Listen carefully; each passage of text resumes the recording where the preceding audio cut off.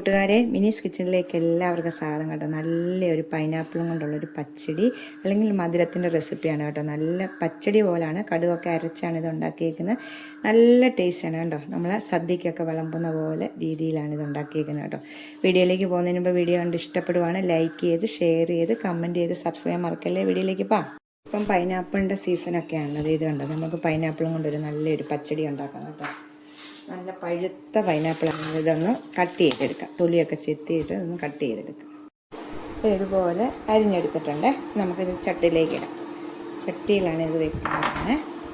ഇത് ചെറിയൊരു പൈനാപ്പിളാണ് കേട്ടോ. വലുതാണ് നിങ്ങൾ പകുതിയാണ് എടുത്താൽ മതി, അവരവരുടെ ആവശ്യത്തിനനുസരിച്ച് എടുക്കും. ഇനി ഇതിനകത്തുനിന്ന് കുറച്ച് ഭാഗം എടുത്ത് നമുക്കൊന്ന് അരച്ചെടുക്കണേ. നമുക്ക് കുറച്ച് ഇങ്ങോട്ട് എടുക്കുവാണ്, കുറച്ച് വേവിച്ച് കൊടുക്കാം. പകുതി എടുത്തിട്ടുണ്ട്, പകുതി വേവിച്ചെടുക്കാം. നമുക്കിത് നല്ലോണം ഒന്ന് അരച്ചുകൊണ്ട് വരാം.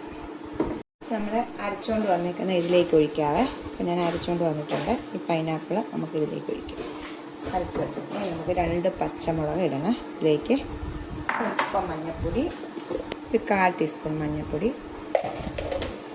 അതുപോലെ തന്നെ ഒരു 1/2 ടീസ്പൂൺ മുളക് പൊടി, ആവശ്യത്തിനുള്ള ഉപ്പ്, ഒരു ഉപ്പ് കൂടി ഇടാം നമുക്ക്.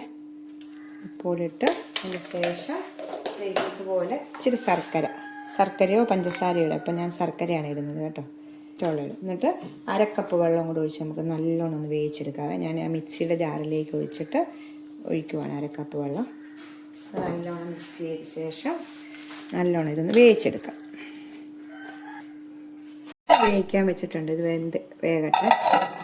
എന്നിട്ട് നമുക്കിതിനൊരു അരപ്പ് റെഡിയാക്കാം. അപ്പോൾ അരപ്പ് റെഡിയാക്കാൻ വേണ്ടി 1 കപ്പ് തേങ്ങയാണ് ഞാൻ ഇടുന്നത്.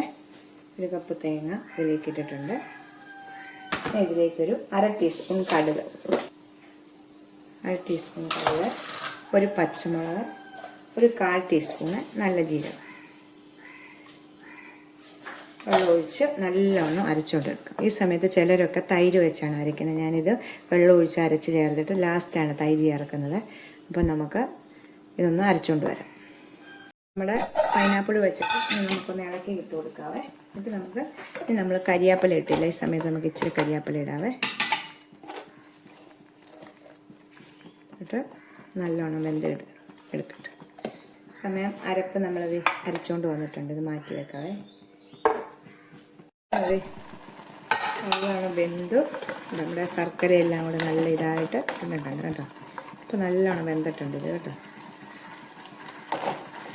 ഇത്രയും മതി. നമുക്ക് തീ കുറച്ച് വെച്ചിട്ട് ഈ അരപ്പ് അതിലേക്ക് ഒഴിക്കാവേ. ഒഴിച്ചു. ഈ തേങ്ങയുടെ അരപ്പ് നല്ലോണം ഒന്ന് പറ്റി ഈ പൈനാപ്പിളിലേക്കൊന്ന് യോജിക്കണം നല്ലോണം.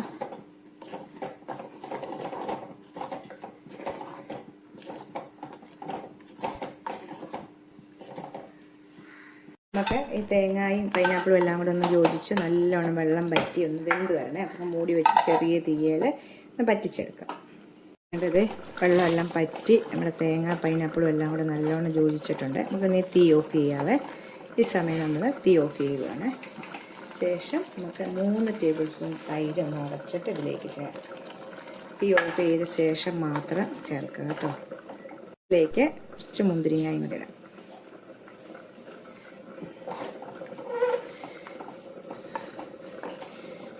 നമുക്കൊന്ന് താളിച്ച് ചേർക്കാം. ഇതിലേക്ക് ഉണ്ടോ മുളകും കടുകും കരിയാപ്പിലയും താളിച്ച് നമുക്കിതിലേക്ക് ഒഴിക്കാം.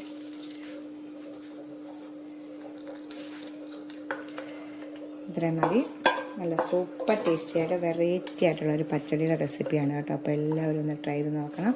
നല്ല ടേസ്റ്റാണ് കേട്ടോ. നമ്മുടെ സദ്യയുടെ ഒക്കെ ഇലയിൽ ഇങ്ങനെ തൊട്ട് കൂട്ടും ഉണ്ടോ പോലെ. അപ്പം എല്ലാവരും ഒന്ന് ട്രൈ ചെയ്ത് നോക്കുക. അടുത്ത വീഡിയോയിൽ കാണാം. ടാറ്റാ.